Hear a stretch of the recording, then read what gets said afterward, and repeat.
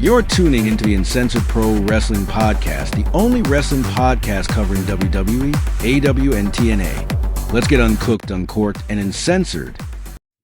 What is up, everybody? You are checking out the Uncensored Pro Wrestling Podcast. I'm your host, The Hot Commodity, and I'm joined by my co-host, my own personal hot commodity, AMP. And normally I record with a microphone, and this whole time I thought I was. However, I found out today that I wasn't. So hopefully you guys hear this and it sounds good. I'm pretty sure it will. Our whole podcast just got botchamania. Botchmania. For real, it did. I was all like, oh shit. But I'll work on getting some of that sound better. But hopefully, do we sound okay? You listened to us earlier. Yeah. Do I have to move it or something? Or No, you're good. Are you sure? Okay. So we're covering WWE Friday Night SmackDown from July 11th, 2025 in Nashville, Tennessee. And this is right before we hit Saturday night's main event. So kicking off the night, LA Knight comes out, and LA says Paul Heyman feels like he holds so much power. Seth Rollins is a desperate, washed-up man and joined forces with Paul Heyman to create a goon squad of Braun Breaker and Bronson Reed. Those two men try to put a hurt to me on orders of Seth Rollins because he couldn't do it on his own damn self. Dropping him on the mat isn't enough. I want to hurt him. Seth Rollins says he's not scared, but you don't need to be to get your ass kicked, which is not a prediction, it's a fact. And then Paul Heyman comes out. Paul says, as Seth Rollins' oracle, I am blessed with many gifts. I can see into the future. Our future is this entire industry. I look into the future for you, and I see nothing because you have no future at all. That's when new WWE United States Champion Solo Sikoa and his MFTs come out. So it says, Paul Heyman, when you left my family, everything changed. No more bloodline, no more tribal chief, and no more wise man. Paul Heyman, if you want to live to see another day, I suggest you leave before my MFTs put your big ass through a table just like we did last year. So then Heyman quickly leaves. And so it says, LA Knight, I'm the new United States champion. The man that beat you, I beat him. He's gone. You can leave or I'll make sure my MFTs make you not walk again. And then LA Knight says, why don't you make me leave? And then that's when the MFTs surround the ring, but Jimmy Uso tosses a chair to LA Knight, and LA Knight and Jimmy Uso clear the ring of MFTs with the steel chairs, and that's the end of that opening promo. A way to get LA Knight versus Seth Rollins over, and also bringing that that MFT storyline into the mix. What did you think? First of all, who the fuck does LA Knight think he is calling Seth friggin' Rollins to wash up? He's been in the Money in the Bank for like 5 years in a row. He loses every fucking time. The one time he got a championship, he lost it in like a month. And you're calling Seth Rollins washed up? How fucking dare he? How dare he? And he's gonna get beat by Seth Rollins tonight. What did you think of the I got fucked up. What did you think of the MFTs? Trying to go after, and then Jimmy Uso makes a save for LA Knight. The MFTs, the motherfucking tarts. I like seeing Jimmy come out and save the day, because Jimmy does that a lot with people, and I feel like Jimmy is gonna turn bad soon, but yeah, it's making Jimmy look like a good guy, and I'm telling you, I can feel it. He's not going to be a good guy for long. Okay. Well, we'll definitely have to wait and see how it plays out. But I hope not, because I kind of want to see him and Jay get back together. I do too. I think that's definitely going to happen before Jimmy turns heel, but we'll see Jimmy Uso take on Solo Sikoa for the U.S. title at Saturday night's main event. We then have one half of the women's tag team champions, Roxanne Perez, with the other half, Raquel Rodriguez, in her corner, taking on the women's North American champion, Ruca with Zarya, Kairi Sane with Asuka, and Alexa Bliss versus Charlotte Flair. All 8 of these ladies will compete at Evolution in a fatal 4-way tag team match for the Women's Tag Team Championships. So Ruca lands a springboard double drop kick and a double springboard moonsault to the floor. The ladies at ringside fight on the floor. Charlotte Flair tosses Raquel over the announce table, hitting, I forgot that guy's name, Joe Tessitore, right in the face. And then Alexa Bliss hits Kairi Sane with a sister Abigail, and Alexa Bliss gets the win. Does this bother you? Well, I mean, I want to see Alexa Bliss and Charlotte Flair win, but I don't know with them getting momentum leading into the show.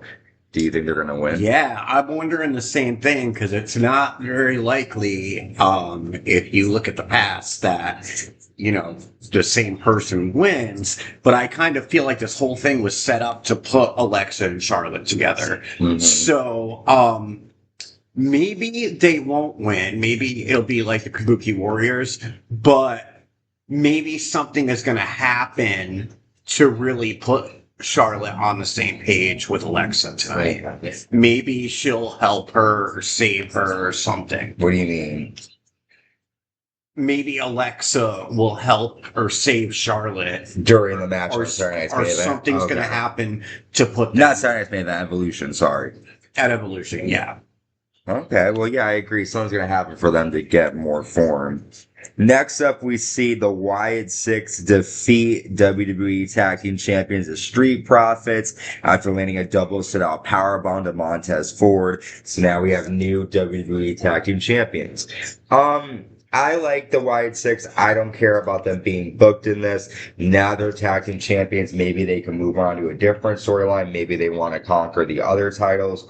But I just didn't really care so much. I like that they're the champions, but I want to see more from Wyatt Sicks. But yeah, I don't get why they don't utilize Nikki Cross in the women's division. I could definitely see her getting like the Intercontinental title or the United States Women's Championship. And I could see her fighting the main card too, and also Uncle Howdy. Like, why do we not see Bo Dallas fighting? Like, he's really good. And it's like the people we see fighting are the two we don't care about.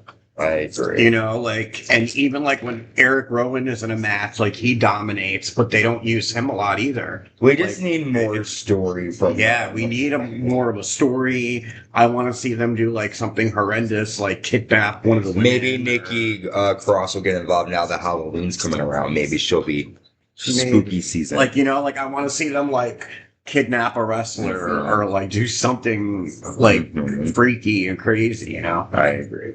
Well, Jelly Roll comes out to perform his song Liar in front of his hometown crowd, but he gets interrupted by Logan Paul, and Logan Paul says, people come here for real superstars, especially not someone with tattoos of kids he has no relationship with. He basically said there are kids that he doesn't see, something like that. He said for kids he doesn't have custody of, yeah.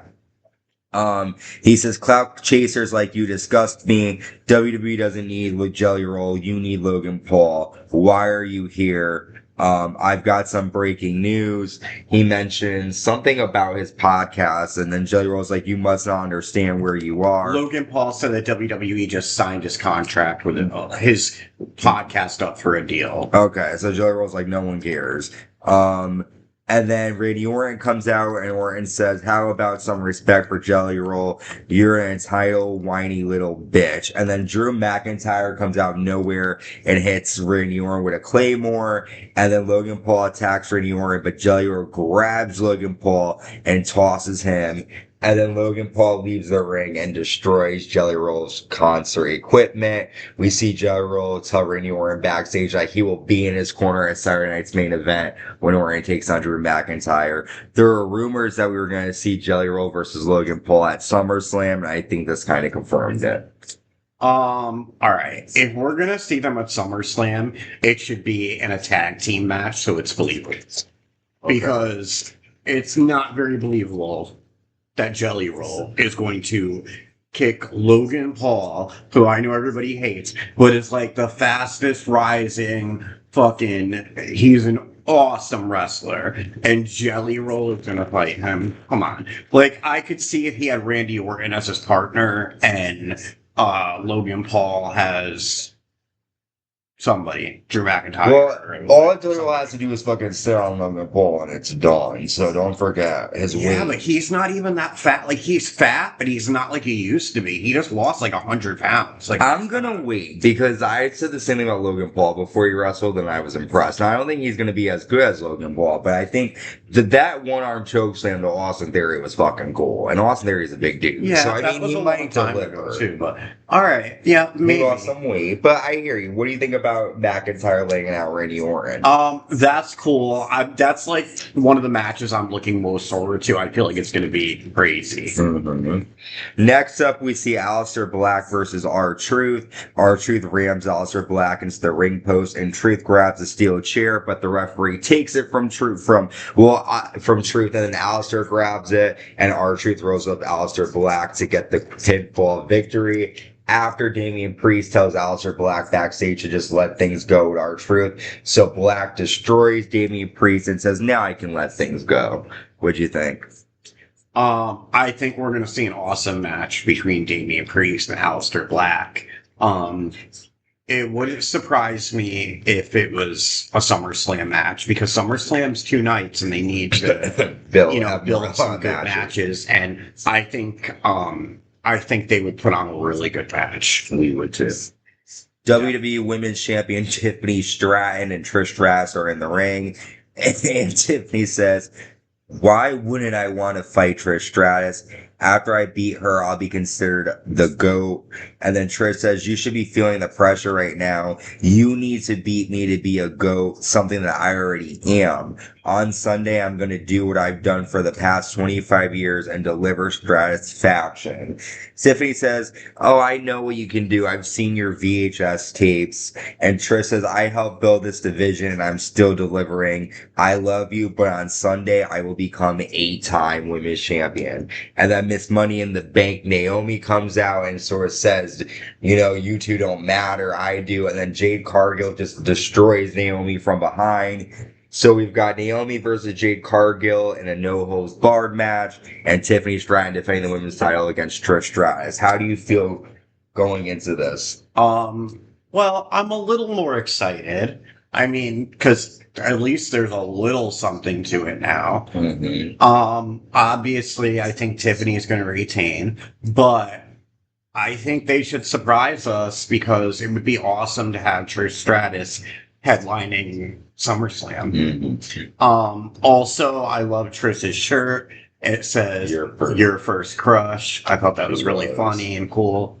She retweeted my thing on Instagram and put a heart and share in her story. So there you go. So You're Trish. amazing. No, it's because Trish. I love Trish. My heart is broken. I love Trish too, but she sees what I do. Oh, you're sweet. Okay, our main event here, Jimmy Uso and LA Knight defeat JC Mateo, United States Champion Solo Sikoa with his MFTs. Solo Samoan drops Jimmy onto the desk, and then LA hits a flying elbow drop to JC Mateo. Jimmy hits a flying splash, and Jimmy and LA Knight get the victory here in this tag match. After the match, Braun Breaker and Bronson Reed destroy LA Knight, and LA Knight, this doesn't look good for him heading into this match here. So yeah. Well, I mean, LA Knight, I don't think he stands a chance. I really don't. No. I mean, I think he'll have a good match. I think he needs to have a good match because a lot of fans are behind him, but lately he'll have a good match, but Seth Rollins will do something underhanded. His 2 little toys will get involved, and LA Knight definitely. I mean, Seth isn't going to win clean, that's for sure. But, no. Well, I thought this was a good episode of SmackDown. I mean, I give it like a C. It could have been better. But let's not confuse. Seth Rollins could win clean. Yeah, he could. Okay. Blah, blah, blah. We've got NXT Great American Bash that we just watched. We'll be covering that. We have All In this, which we'll be covering too. And then WWE Evolution tomorrow night. Make sure you subscribe, like, and hit the notification bell. And until next time, stay safe and stay uncensored.